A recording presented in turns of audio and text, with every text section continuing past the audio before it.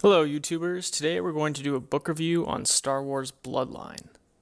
The book is written by Claudia Gray and it came out May of 2016 last year. And I wanted to give you my review, my thoughts, and how I think it kind of ties well into the Star Wars universe. And there won't be any major spoilers. I'll talk a little bit about what happens, but just from a high level perspective, most of which you can just read on the cover of the book, and I won't be telling you anything different.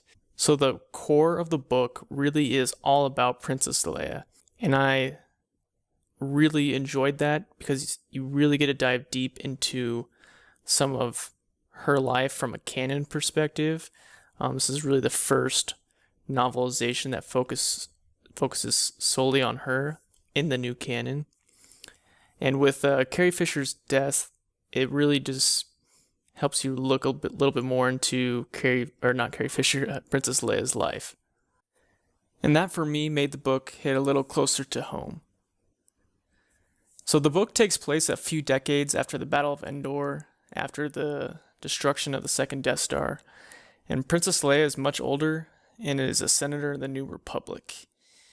And what's happening currently is the New Republic is torn into two political factions. On one side, you have the populists, and on the other side, you have the centrists. And the centrists generally want more power for the government. They feel that the New Republic is too weak, and planets can't really defend themselves.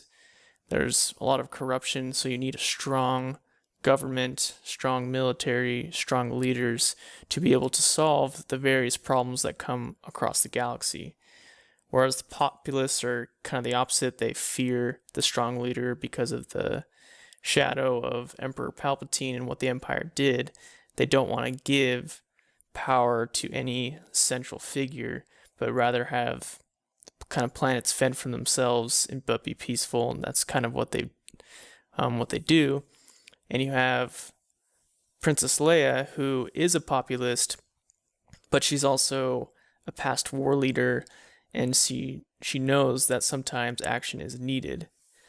And so through the book, I don't want to give any spoilers away, but she has to overcome a lot. It's kind of a political thriller where there is delegations, there's debates, there's arguments and things like that, but there's also pirates and assassinations and attacks that happen throughout where Princess Leia is involved, and she has to overcome those certain things.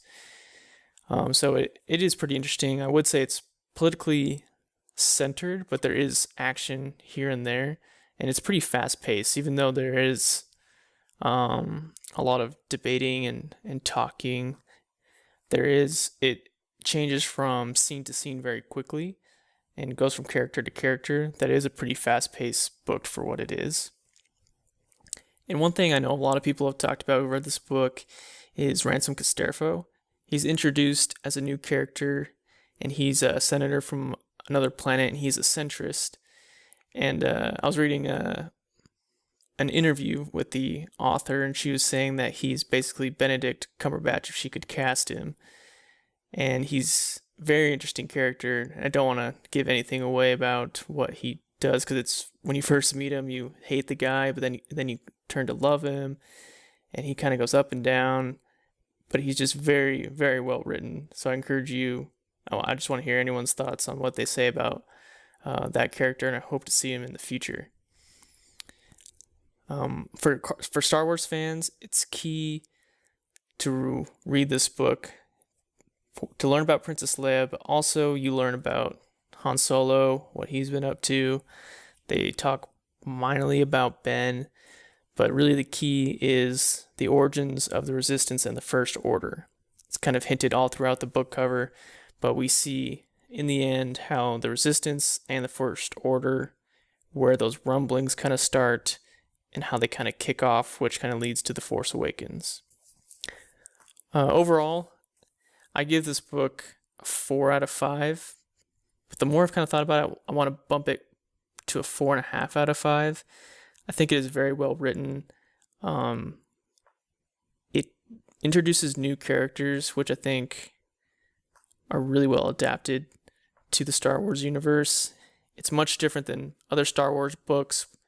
This one's not so heavily focused on war or space battles or ground battles or Jedi, but it really focuses on government, but not in a boring way as some of the complaints in the prequels, but it does it in a very interesting way that kind of does world building for the new set of movies, comics, and things for 7, 8, 9 and the future. I recommend this book.